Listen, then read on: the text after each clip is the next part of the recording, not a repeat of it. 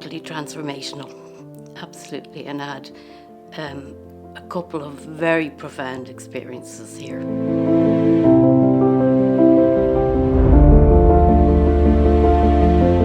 This is just, it's a haven. It's a place, once you go through those gates of the M11, you know, you're in a different world. You're away from the world.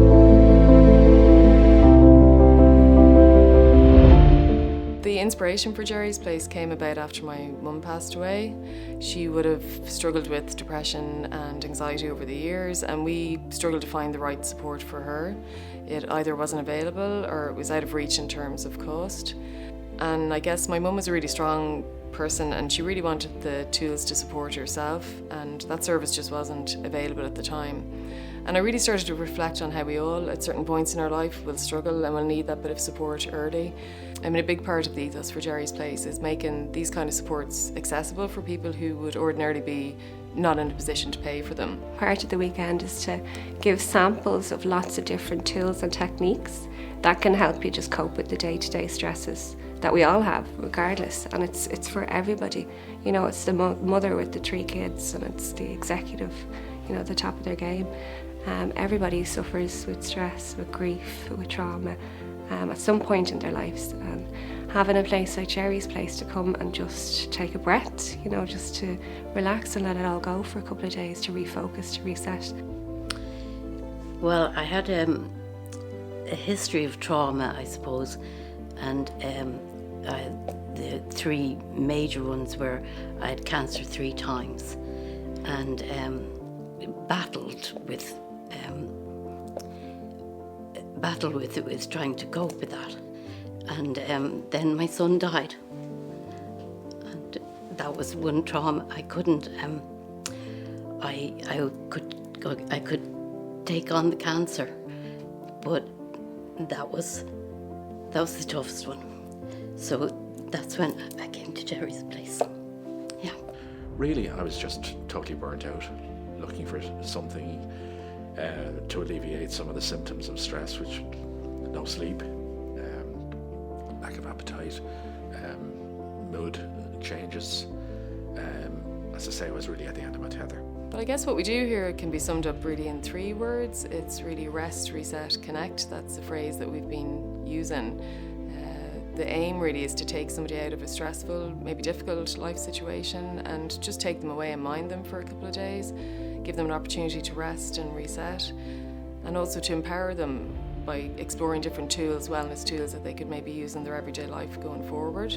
I don't know what I thought we were doing, because she didn't, I suppose because I had only recently been bereaved, she didn't want to tell me what it was about. And that didn't affect me, not knowing what it was about. As soon as I came through the gate and into the car park, first thing I noticed was Rebecca was actually waiting. She'd heard the car coming up the drive, and I opened the boot to take my stuff out, and she said, no, leave that. I wasn't even allowed to carry my cases in, you know. And I thought, this is quite astonishing, you know. From the moment I arrived, I felt cared for, I felt served, and that endured for the whole weekend. I was very conscious that people are nervous when they come on the weekend. It's a really big deal, and it's very brave to come to a weekend where you don't know anyone and you really don't know what to expect, and you're already probably feeling a little bit vulnerable. I hadn't a clue what it was. I don't know if I would have had the courage to come if I'd known, but I just came along, and I didn't know I needed it until I actually arrived. We start on the Friday night, and there's about 5 different sessions throughout the weekend, and I just make sure that the space is held for the guests during and after the sessions. Well, we start off on the Friday evening with a cup of tea, just an icebreaker, and for people to get to know each other briefly. And then we have the first workshop of the weekend, which is Introduction to Conscious Breathwork. Saturday morning we have a yoga session. We then have a stress reduction workshop. Then we have free time in the afternoon. People have gone to the beach or a walk in nature, you know, down by the forest, a mindfulness walk. And then Saturday evening we have the sound healing bath, which is a really standout workshop of the weekend. And then we're already into Sunday, and there is some gentle movement in the morning again, some mindfulness, And we then have the nature workshop, Connecting to Nature. And then we finish with a close-in circle, an opportunity for people to reflect on, their experience of the weekend. We have a wonderful chef, Charisse, who comes along. It's all vegan and vegetarian food. So obviously a big part of minding your well-being is feeding yourself well, so we really have a big focus on that as well. So everything is freshly prepared, vegan, vegetarian, healthy, but really tasty as well. I didn't know what we were coming to. We were sound bathing and we were forest bathing and we were crystals, and I didn't understand any of that. And Rebecca will tell everyone I brought a swimsuit. Even though I was familiar with mindfulness and being able to look after, looking after yourself, all of the different things we did down here were so new to me. My favourite workshop was one that I didn't have to participate too much in. It was just lie down and be ministered to by the most amazing sound therapists I've ever come across. The sound bath was an absolute unique experience. Just to lie there, eyes closed, covered in a blanket, and just listen to these sounds as they washed over you and seeped into you. It was just an amazing experience. Never experienced that before. The nicest thing I found was the forest bathing. It was just unbelievable. We did the nature walk and we were walking in single file behind her, and it was so slow. And then I realised I just started sobbing. And it was the first time I had cried since he died, and that was 2 years after he had died. So I just started grieving because I'd realised I had been just running. This walk through nature forced me to slow down and to stay with my feelings. And then they came, and that was it. It was the release then of all that grief that I had pushed down. To see the incredible changes that happen when strangers come together and have that time just to let the guards down, let them be themselves, and remember how they can be happy again, and that it's possible. Well, the weekend, it's really fabulous. There's lots of tears, but there's so much laughter as well. As I mentioned, the connection with the guests, it's like people walk in and the shoulders drop.